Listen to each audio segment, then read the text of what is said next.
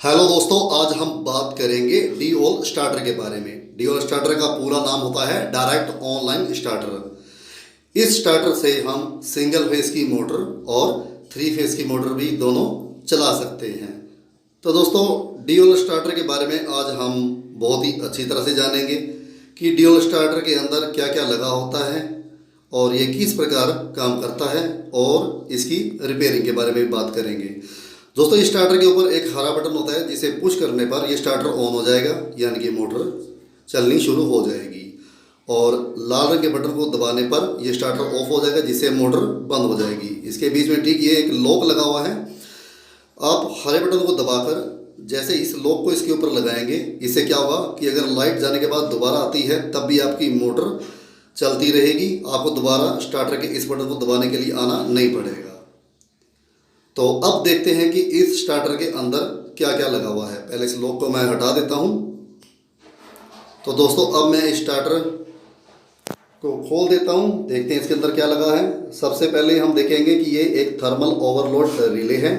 ये LNT की ML2 model की है। तो सबसे पहले हम थर्मल ओवरलोड रिले के बारे में अच्छी तरह से जानेंगे किस प्रकार ये काम करती है। तो दोस्तों, इसके ऊपर ये 9, 12, 14 ये एम्पियर दिए हुए हैं।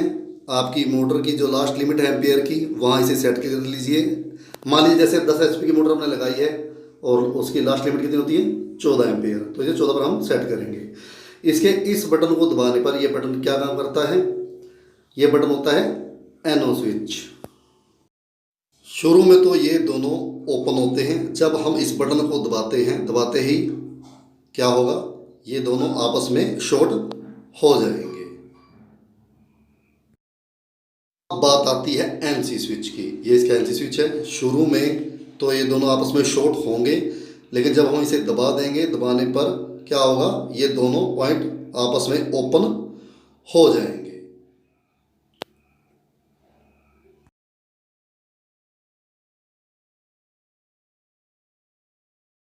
और अब देखते हैं कि ये थर्मल ओवरलोड रिले अंदर से काम किस प्रकार करती है। ये इसका NO स्विच है। देखिए, NO स्विच को हम जब दबाते हैं तो ये देखिए दो कॉन्टैक्ट आपस में जुड़ जाते हैं, जिससे दो पॉइंट आपस में शॉर्ट हो जाते हैं। इसी प्रकार ये देखिए, ये इसका NO स्विच है। अब बताती है NC स्विच की। NC normally close. शुरू में तो शॉर्ट होंगे दो पॉइंट। अब जैसे हम इसे दबाएंगे, ये देखिए दो पत्तियां आपस में पहले शॉर्ट थी, अब ओपन हो गई है।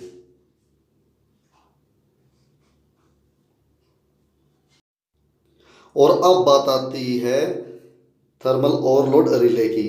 आखिर ऐसे भी क्या इसके अंदर लगा हुआ होता है कि जब हम इसे किसी फिक्स एम्पियर पर सेट कर देते हैं और मोटर जब उससे ज़्यादा एम्पियर लेने लग जाए तो ये उस स्टार्टर को ऑफ कर देती है, जिसकी वजह से मोटर ऑफ हो जाती है। देखिए, इसके अंदर ब्रास आयरन नाम की पत्ती होती है। ये जैसे ही लेफ्ट साइड जाती है, देखिए हीट होने के पर क्या होता है, देखिए दो पत्तियां आपस में ऊपर जुड़ी हुई हैं। अभी NC है, नॉर्मली क्लोज। अब जैसे ही हीट होने पर ये ब्रास आयरन लेफ्ट साइड घूमती है, तो क्या होता है, उससे ये दोनों पत्तियां आपस में ओपन हो जाती हैं। अब हम इसके NC बटन को फिर से दबाएंगे। देखिए, ये पहले NO था, अब NC हो गया है। अब बात करते हैं कि थर्मल ओवरलोड रिले के अंदर ऐसा भी क्या लगा हुआ होता है कि जिसकी वजह से ये काम कर पाती है। इसके अंदर ब्रास आयरन नाम की एक धातु होती है, यानी कि पीतल और लोहे के मिश्रण से एक धातु तैयार की गई होती है, जो हीट होने पर मुड़ जाती है। तो दोस्तों, ब्रास आयरन एक पीतल और लोहे के मिश्रण से एक धातु तैयार की गई होती है। ये MPCB के अंदर भी होती है और थर्मल ओवरलोड रिले के अंदर भी होती है। ये कहाँ पाई जाती है दोस्तों?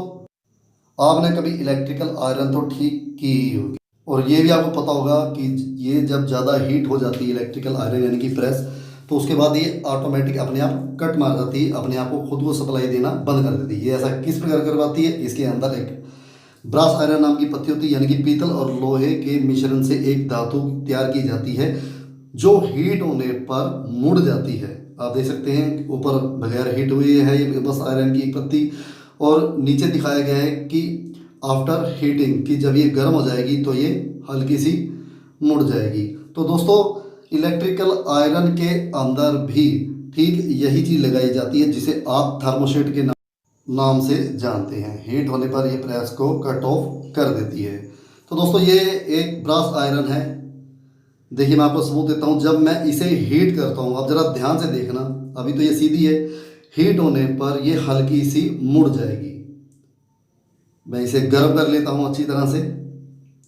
हीट होने पर आप ज़रा ध्यान से देखिए कि धीरे धीरे ये ब्रास आयरन मुड़ रही है। ये देखिए ये मुड़ गई है। अब मैं जैसे ही इसे पानी के अंदर डालता हूँ ये दोबारा फिर से सीधी हो जाएगी। ये देखिए ठंडी होने पर ये दोबारा फिर सीधी हो गई है।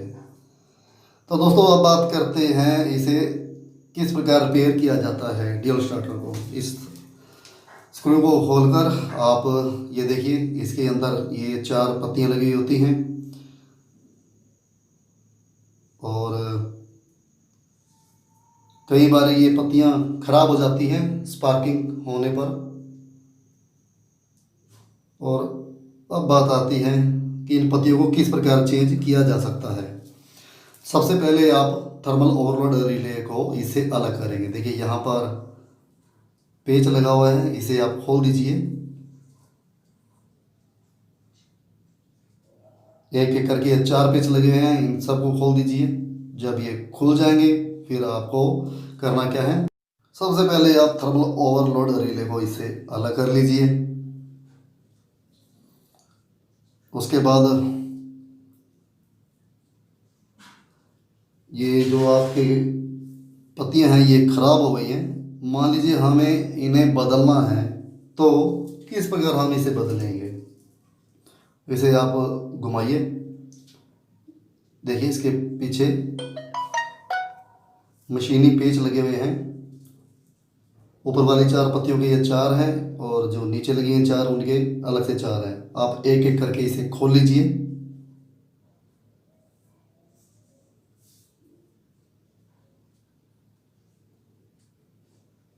ये देखिए मैंने खोलकर अलग कर ली है। ये मार्केट में आपको मिल जाती हैं। जब ये ख़राब हो जाए तो आप इसे बदल सकते हैं। और अब बात आती है कि मान लीजिए आपका ड्यूल स्टार्टर कम से कम आपसे 100 फुट की दूरी पर लगा हुआ है और आपको बार बार जाकर चलाना पड़ता है। कई बार लाइट जाती है और फिर आती है, फिर आपको जाना पड़ता है।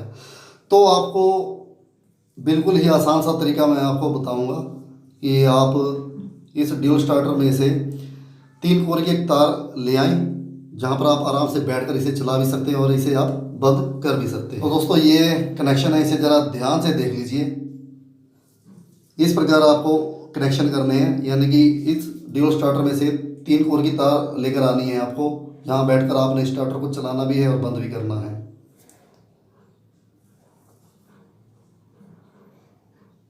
अब ज़रा प्रैक्टिकल मैं आपको दिखा देता हूँ। देखिए ये हमारा स्टार्टर चल गया है, इंडिकेटर भी ऑन हो गया है, ये देखिए।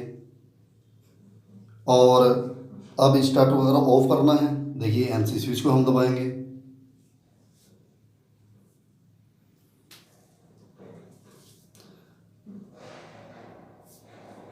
दोस्तों इन कनेक्शनों को करने से पहले आपको करना क्या है, शुरू में जब आपको ड्यूल स्टार्टर मिलेगा मार्केट में से, तो ये लाल तार लगी हुई होगी। इस लाल तार को तो आप हटा दीजिए। अब जैसा मैं आपको दिखाता हूँ ठीक इस प्रकार आपको कनेक्शन करने हैं। देखिए ज़रा ध्यान से, इसका स्क्रीनशॉट ले सकते हैं आप। ये इंडिकेटर के लिए है और ये एनोस स्विच के कनेक्शन इस प्रकार होंगे।